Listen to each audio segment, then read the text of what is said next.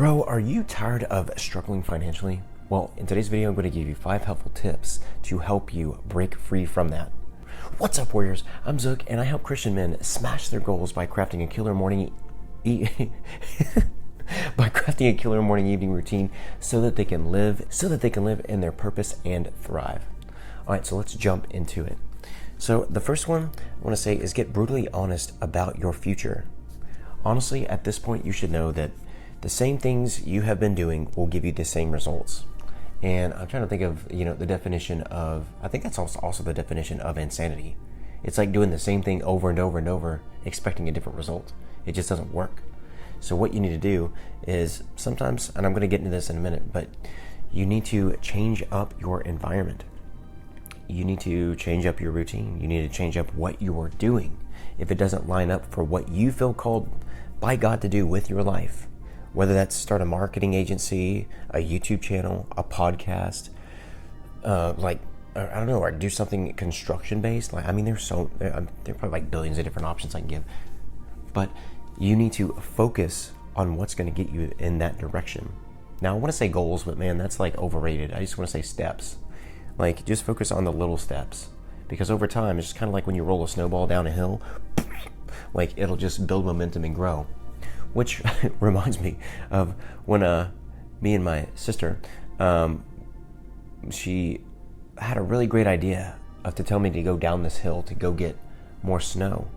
And we already built a massive butt for the snowman, butt, booty, whatever you want to call it.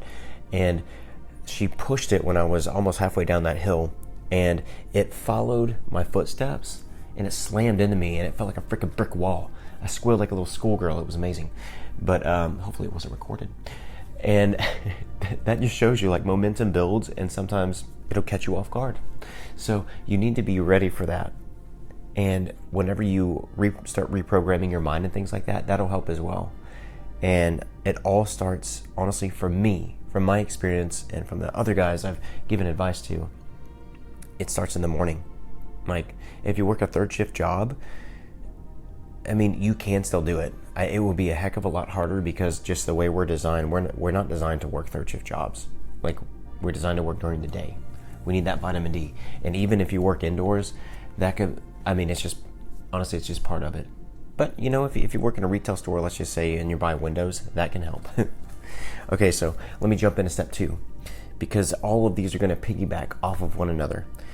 And you want to create an anti-vision, which sounds really weird. So you want to imagine if you kept living the same life you are now, aka which is what I kind of talked about a second ago. And you honestly need to journal this down. Even if you freaking hate journaling, you got to learn to start loving it, because it's literally part of growth.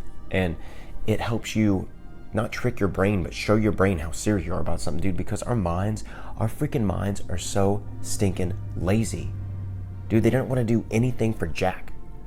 And if your name is Jack, then that was personally for you. You're welcome. Ding.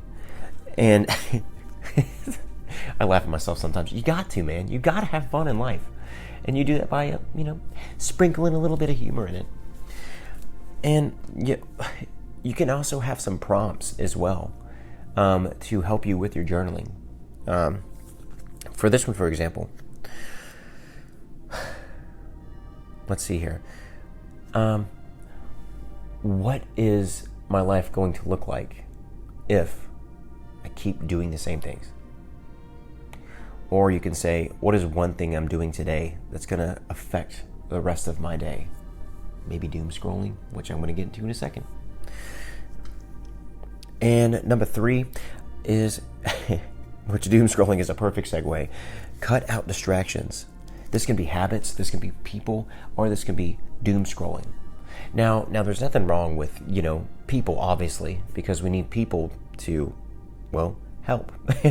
And people need help. And also there's nothing wrong with scrolling, but there has to be healthy boundaries.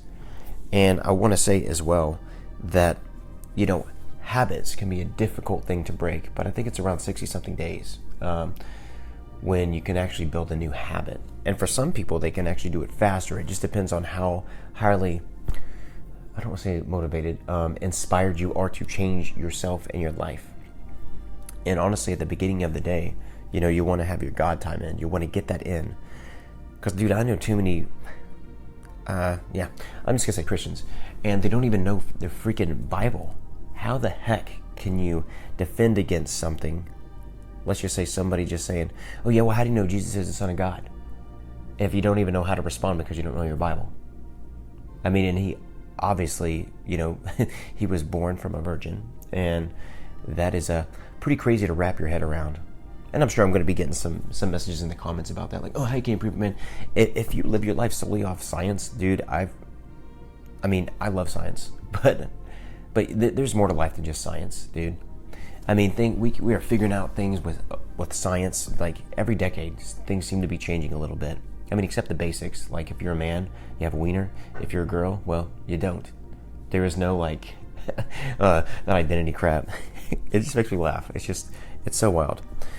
Okay, jumping in, because I do get off on tangents sometimes. It's just part of my mind. So number 4 is that you want to master the boring basics, which this might be one of the most challenging, but this is what I will help craft you, or this is what I will help craft into your morning routines, because you don't have to do a whole lot of it, but it's just doing small things at a time. It says success, and then I wrote success comes from small, consistent actions. And this comes from, let's just say if you want to build a boat with your flippy floppies and you don't really know, or you don't really care to, I guess, probably build the bottom part of it, but you like doing the upper part, like the deck, because you want to be a seaman, and you want to squat, and you want to wash the poop deck. Sorry, I needed to use those two. I just needed to. And you like doing that, and you like doing excuse me if you know about boats. I don't really know jack. You want to make the mast, the sail, and things like that. Like that's what you love. But the bottom part, the foundation, you don't really care much for. You need to learn to do that, because without that, you're not really going to float. You're not going to be able to carry anything. You're not really going to go anywhere. And you might as well just live on an island, just like Dude in Castaway. Yeah.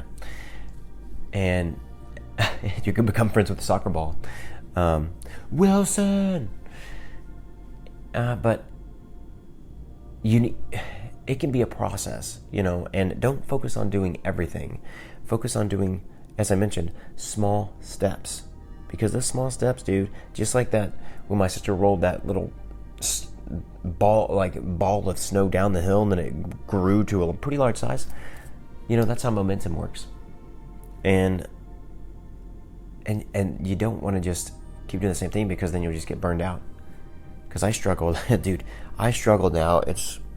Not now, but I struggled for quite a while, probably almost 10 years, because I would just keep focusing on getting the right system done, or trying to find the right time, or trying to make sure everything's perfect. Like it's not going to work out like that.